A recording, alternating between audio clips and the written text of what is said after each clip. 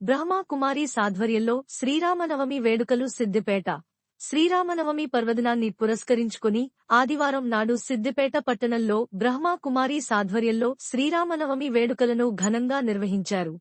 ఈ సందర్భంగా సంస్థ నిర్వాహకురాలు బీకే భవానీ మాట్లాడుతూ శ్రీరామనవమి పర్వదినం సందర్భంగా భారతదేశమంతటా ఊరు వాడ పండగ వాతావరణం నెలకొన్నదన్నారు.